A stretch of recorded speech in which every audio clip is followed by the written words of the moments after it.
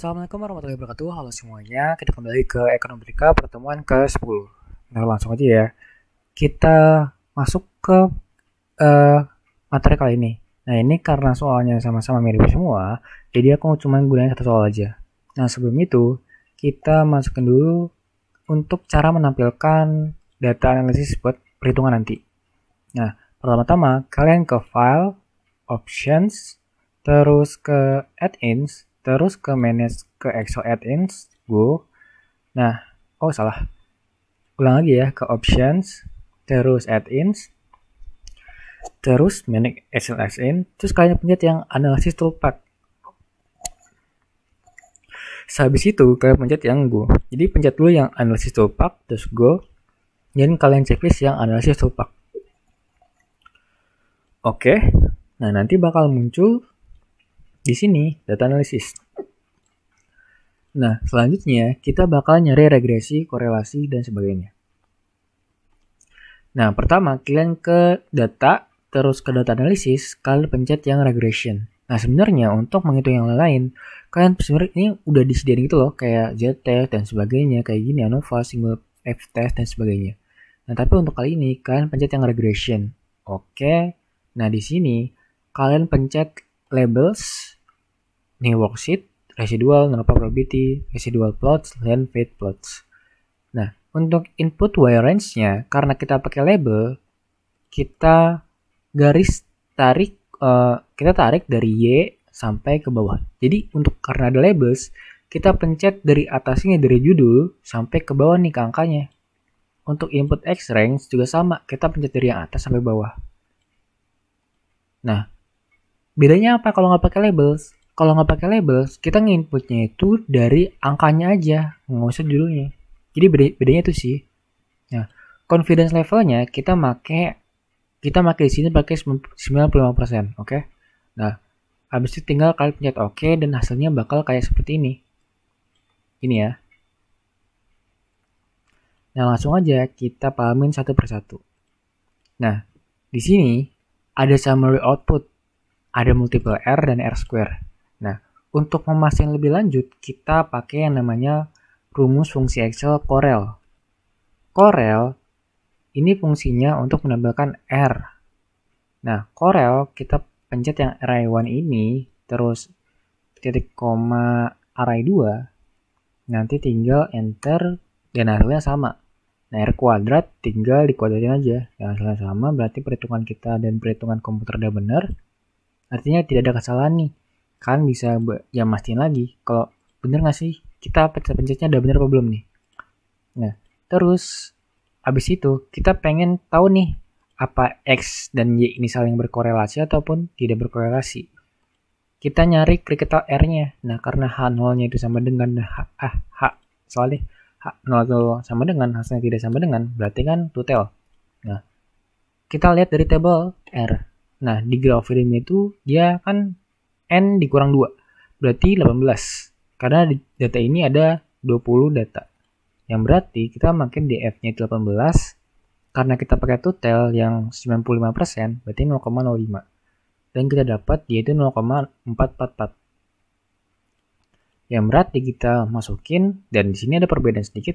Nah, kalau kita lihat di Excel di sini bahwa kalau misalkan R ini berada di zona critical value-nya, dia ini berkorelasi. Kalau tidak berada di zona critical value, dia itu tidak berkorelasi. Nah, kalau di sini kita lihat karena R-nya tidak berada di zona critical R, dia ini kesimpulannya tidak berkorelasi. Gitu ya. Nah, lanjut. Di sini ada ANOVA, ada regresi, residual, dan total. DF ini degree of freedom-nya, yaitu residual error-nya itu N-2, total 19. Nah, SS-nya, terus SS ini, jadi kalau misalkan kita yang atas ini namanya, kalau kita misalkan kita lihat di rumus ya, ada yang namanya rumus F. Nah, rumus F ini dia MSR dibagi dengan MSE. Nah, di sini kalau kita lihat untuk yang atas ini namanya SSR nih. Langsung jadi kita nganggap ini SSR, ini MSR. Nah, untuk residual ini kita bukan SSR lagi tapi SSE. Jadi SS error, kalau yang atas ini SS regression, terus yang bawah ini MS regression, dan yang ini MS error. Jadi tinggal dibagi aja nih. Kan untuk rumus F itu MSR dibagi sama MS error. Hasilnya pun sama juga, 0,158. Nah, terus kita nyari signifikan F atau p-value-nya. P-value-nya kita pakai rumus FDIS. FDIS kita pakai yang RT, atau kalau kita pakai f.dis.rt yang berarti rectal ya. Untuk two datasets. Nah gitu. Kita pakai yang rectal. Nah, karena kita untuk p-value itu kita kebandingin sama A-nya atau alfanya, karena alfanya itu 0,05, ya kan? Karena alfanya ini 0,05 yang berarti p-value-nya lebih kecil daripada si F ini, berarti dapat disimpulkan bahwa karena F lebih besar daripada p-value, karena p-value lebih besar daripada A, berarti dapat disimpulkan bahwa ini do not reject, ya kan? Karena p-value-nya itu lebih besar daripada si F. Beda dengan kalau misalkan F-test dan kriketalnya. Berarti dia tidak signifikan nih, gitu. Nah, terus kalau kita lihat dari test state-nya, dia ini test state ini kita ngeliatnya itu dari X ya, bukan intercept-nya. Nah, kalau kita lihat dari X, sama juga. Dia test state-nya 0,398, p-value-nya 0,695. Nah, kalau misalnya kita lihat dari lower sama upper-nya, nah, kita ngelihat gimana dia signifikan atau tidak signifikan. Kalau misalkan lower dan upper menunjukkan sama-sama positif dua-duanya, misalkan lowernya positif, uppernya positif, atau lowernya minus dan uppernya minus, mereka ini signifikan. Tetapi karena lowernya minus dan uppernya positif, berarti tidak signifikan, yang berarti berada di zona 0 gitu, ngalahin 0 gitu. Karena melewati 0 atau di 0, maksudnya itu 0 itu minus, ya minus ke 0, ya kan minus ke positif, yang berarti ya melewati 0 berarti ya mereka ini tidak signifikan gitu. Jadi kesimpulannya itu kalau kita lihat satu persatu ya kan, dari R ini, karena R ini kalau kita bandingin sama critical R-nya itu lebih besar daripada critical R, berarti dia ini tidak berkorelasi. Maksudnya critical R-nya ini, dia ini tidak berada di zona critical R, berarti dia berkorelasi antara X dan Y. Dan untuk p-value-nya, karena p-value-nya ini tidak berada di dalam tidak lebih besar daripada alfanya, maka kita bisa dibilang tidak mempengaruhi X, tidak mempengaruhi Y. Dan lowernya karena mengandung 0, maka tidak signifikan. Jadi bisa dilihat dari ketiga itu. Dan biasanya untuk dua tes ini, mereka ini selalu sama. Jadi kalau tidak berkorelasi, ya ini tidak signifikan, tidak signifikan, tidak signifikan. Gitu. Jadi do not reject, tidak signifikan, dan tidak berkorelasi. Nah, gimana kalau misalkan kita pakai least square? Nah, least square kan rumusnya itu Y cap sama dengan B0 ditambah B1X. Nah, B0 ini Y intercept of the regression, dan B1 ini the slope of the regression line. Nah, kalau kita lihat B0 ini intercept kan ya. Nah, ini kita lihat dari koefisiennya. Koefisien yang 0,48. Untuk B1-nya, di slope-nya, kita pakai yang X, koefisien X. Nah, jadi dapat B0-nya 0,49 dan B1-nya 0,08. Tinggal kita masukin ke rumusnya, yaitu Y sama dengan B0 B1X. Jadi untuk rumusnya ini kita masukin Y sama dengan 0,4X ditambah 0,08X. Jadi kalau kita bilang B0 itu adalah penambah, jadi kalau bisa bilang itu penambahan 1 dari Y ini sama dengan 1 dikali 0,08 dari X gitu.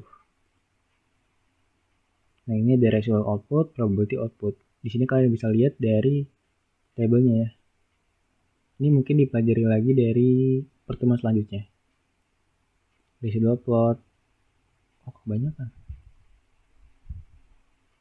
Nah, di normal probability plot ini, kalian bisa lihat apa itu berdistribusi normal atau tidak.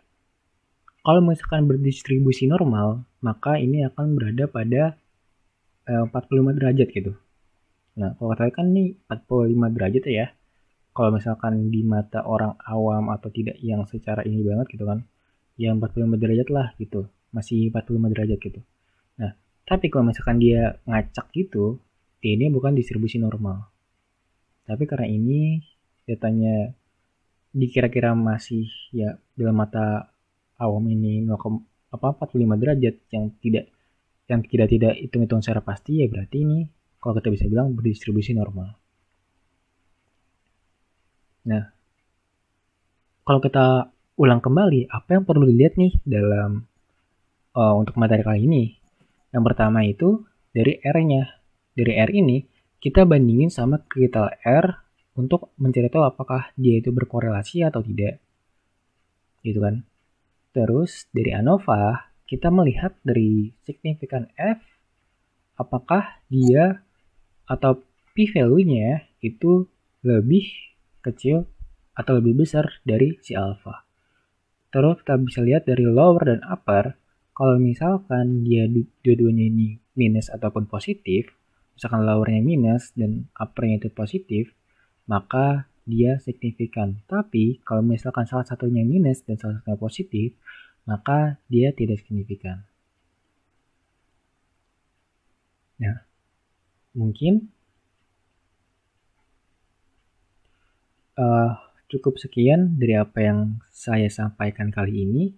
Maaf apabila banyak kesalahan yang telah saya sebutkan dan terdapat pengucapan kesalahan dalam tuturan kata, dan mohon dimaafkan. Dan apabila bermanfaat, semoga bermanfaat bagi kalian semua, dan tentunya saya bisa dibagikan ilmunya ke teman-teman sekalian juga. Ayo kita semangat UASnya, jangan pada semangat, kita bisa, kita maju. Ayo kita pertahankan 0DO untuk kelas-kelas kalian semua. Wassalamualaikum warahmatullahi wabarakatuh.